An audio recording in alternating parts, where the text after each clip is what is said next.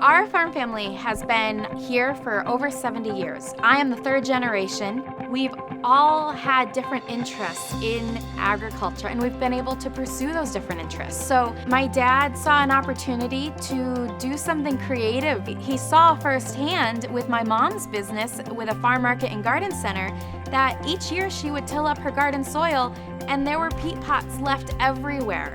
So this so-called biodegradable pot wasn't really breaking down at the end of the growing season.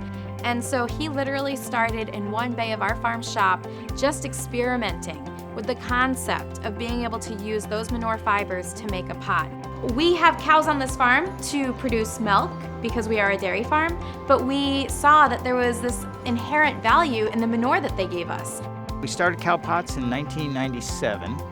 The cow actually produces the feedstock, and then she produces the energy to go ahead and make the product. When the kids were going through high school and Matthew's telling them that we heat our house with cow farts, for the kids it was embarrassing, but for us, it's a sense of pride.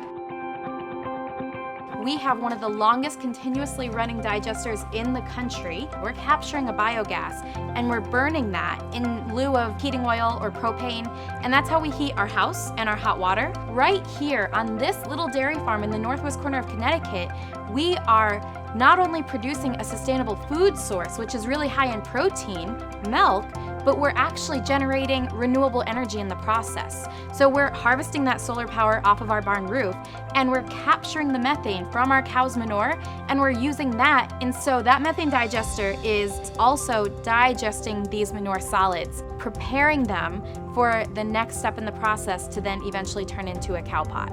We make products that will benefit the consumers, but they're also benefiting the farmers, and they're reducing plastics. We have the capacity to prototype and customize for different growers, gardeners, and even people outside of the growing industries. Bait cups and golf tees and skeets for shooting practice and biodegradable urns. And I mean, if you can imagine something that you think would be better as a biodegradable option, we have a viable alternative to not just consume a product and then throw it away, but to consume a product and then for it to have another benefit, another use. Plastic is always perfect looking, because you can't break it and it doesn't break down, but it's not perfect when it's piled up in a heap in the back of your greenhouse. As soon as you take it out of a plastic pot and you put it into the ground, it wilts. But when you're taking a cow pot and you can see that the roots are coming straight through the side, there's no hesitation. Those roots are just going to continue to grow. And so we do exclusively all our zucchinis, all our summer squashes, all go into cow pots. So we're actually going to pull a pot from the field because we can show you what the pot is doing and how beautiful the plants are.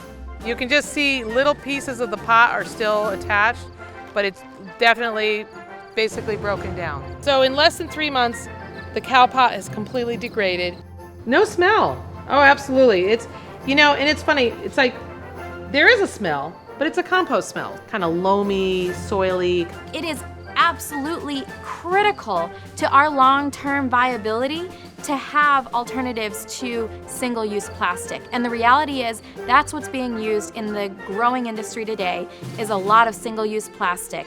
And we are here in the northwest corner of Connecticut showing off the fact that we have an option.